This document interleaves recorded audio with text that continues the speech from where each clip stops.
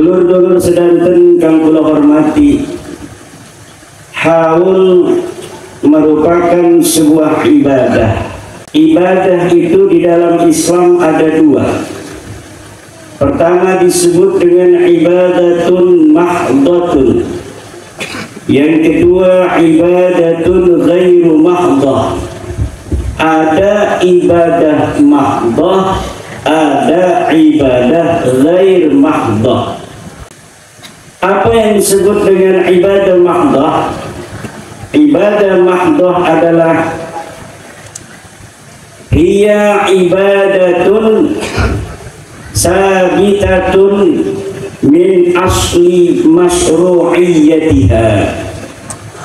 Adalah memang yang awal disyariatkannya dia sebagai ibadah.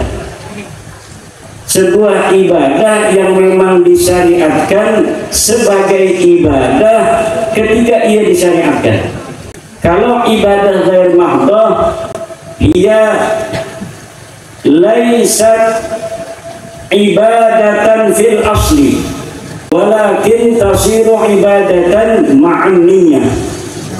Suatu ibadah yang asal disyariatkannya dia belum menjadi ibadah, tetapi menjadi ibadah ketika dibarengi dengan niat takarrub, mendekatkan diri kepada Allah Subhanahu wa ta'ala. Ibadah mahdhah terbagi empat. Ibadatun qalbiyatun, ibadatun qawliyatun, ibadatun badaniyatun, ibadatun maliyatun. Ibadah qalbiyah yang masuk dalam ibadah mahdhah contohnya adalah iman bi annal ilaha wahidun huwallahu subhanahu wa ta'ala, bahwa Allah itu satu, bahwa Tuhan itu satu, dia adalah Allah subhanahu wa ta'ala.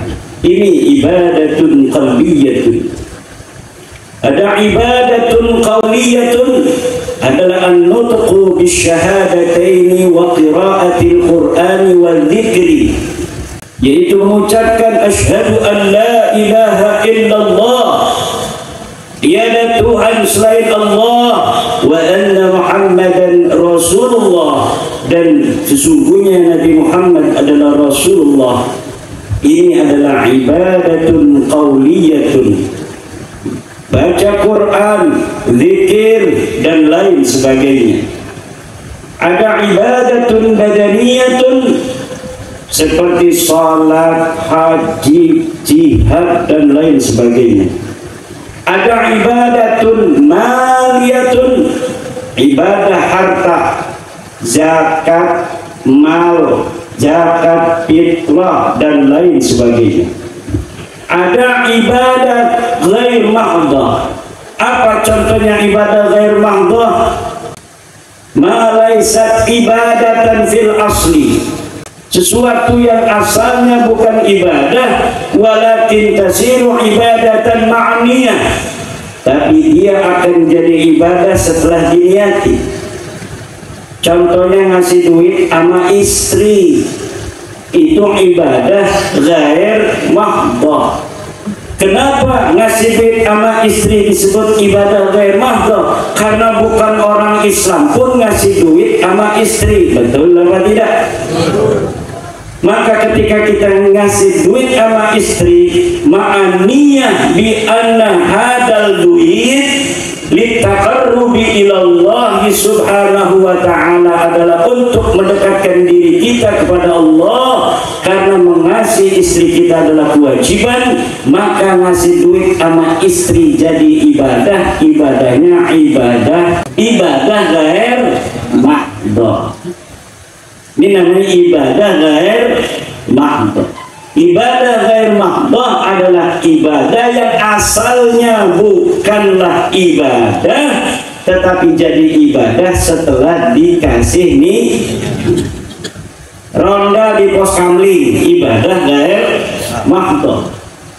Jadi ibadah ketika kita niatkan untuk mengikuti perintah Allah dalam Al-Quran, atiullaha wa atiur rasul wa ulil amri minkum. Haul, ini kita mau bicara haul, itu pembukaan tadi. Haul ini ibadah mahdoh apa ibadah gair mahdoh? Di sana ada ibadah mahdohnya, baca Al-Quran, betul apa tidak? Ada zikir, itu ibadah mahdoh. Ada ibadah ghair mahdohnya. Apa ibadah ghair mahdohnya? Kumpul-kumpul begini, ini asalnya tidak disyariatkan, tetapi ketika diniati silaturahmi jadi ibadah. Ketika diniati idkhalus surur, memasukkan kebahagiaan untuk keluarga besar almarhum Yai Rafi'i, maka dia jadi ibadah. YouTuber ibadah gair mahdoh. Bagi pendukung saya, kalau YouTuber yang dia YouTube-nya itu bukan mendukung kebenaran, maka itu bisa menjadi dosa. Tapi YouTuber seperti Gus Mukson ini mendukung kepada kebenaran, maka walaupun itu bentuknya YouTube, itu bisa berpahala dengan diniatkan untuk menyampaikan kebenaran dan membantu kaum muslimin dan muslimah. Haul ada sejak kapan? Sejak Wali Songo. Islam pertama datang ke Indonesia, Wali Songo sudah haul. Ya haulnya begini, di halaman nggak kelihatan kuburannya.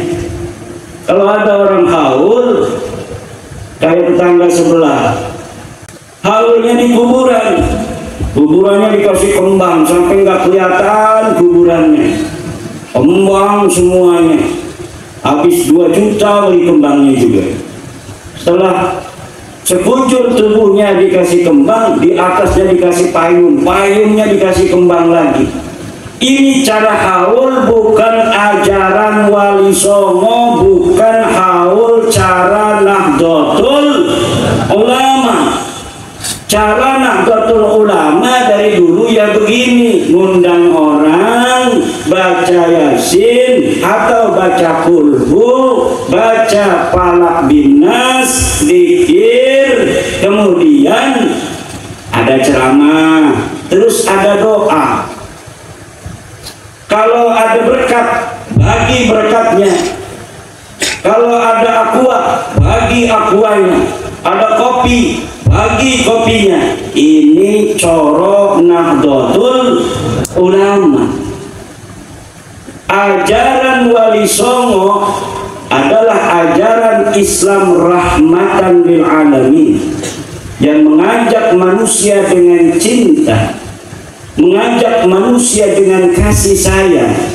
Dan ajaran ini secara ideologis dan biologis diwarisi oleh Nahdlatul Ulama. Coba kita lihat guru-guru kita di dalam mengajarkan agama Islam ke tengah masyarakat. Dengan kasih sayang, dengan cinta, tidak menggurui. Kemudian masyarakat berbondong-bondong masuk ke dalam agama Islam. Kita berislam mungkin sudah 500 tahun.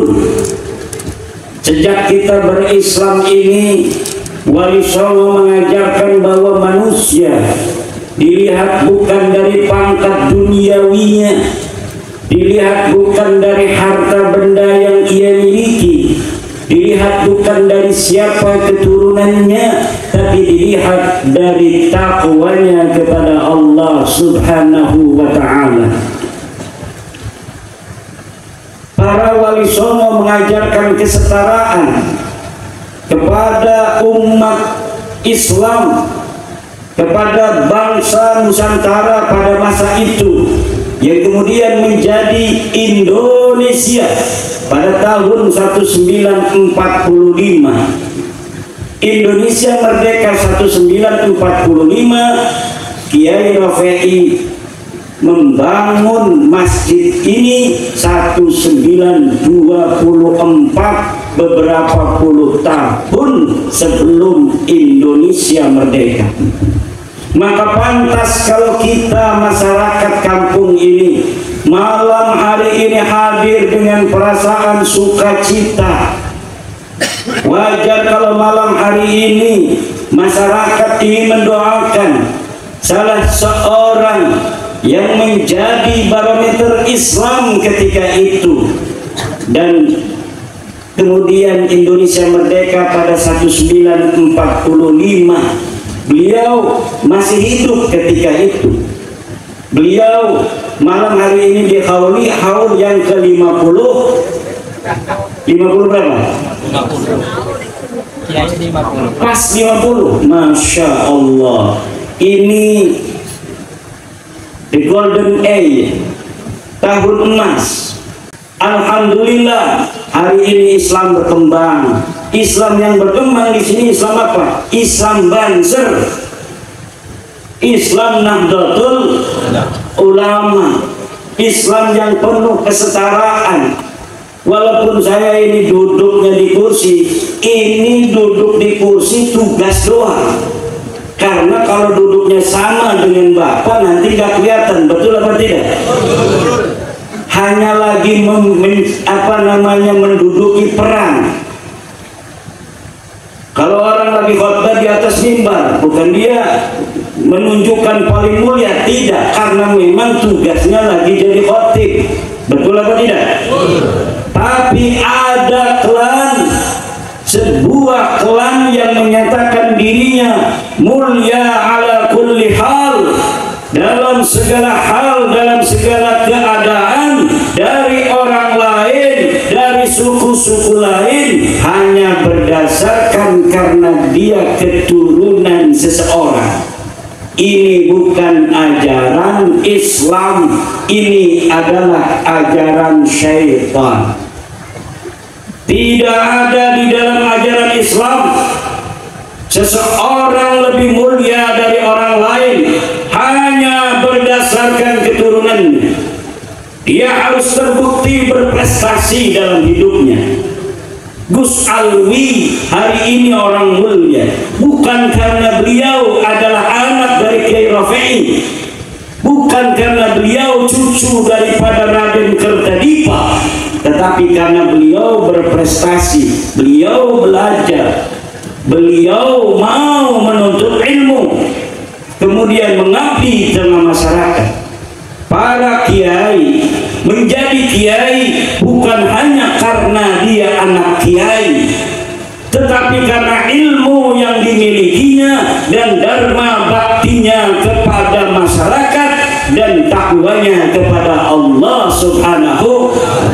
Setiap ajaran yang berbeda dengan ajaran Al-Quran, bahwa nilai kemuliaan dilihat daripada takwanya, maka itu bukan ajaran Islam, walaupun yang menyampaikan pakai udang-udang segede pesta. Itu bukan ajaran Islam. Ajaran Al-Quran sudah jelas.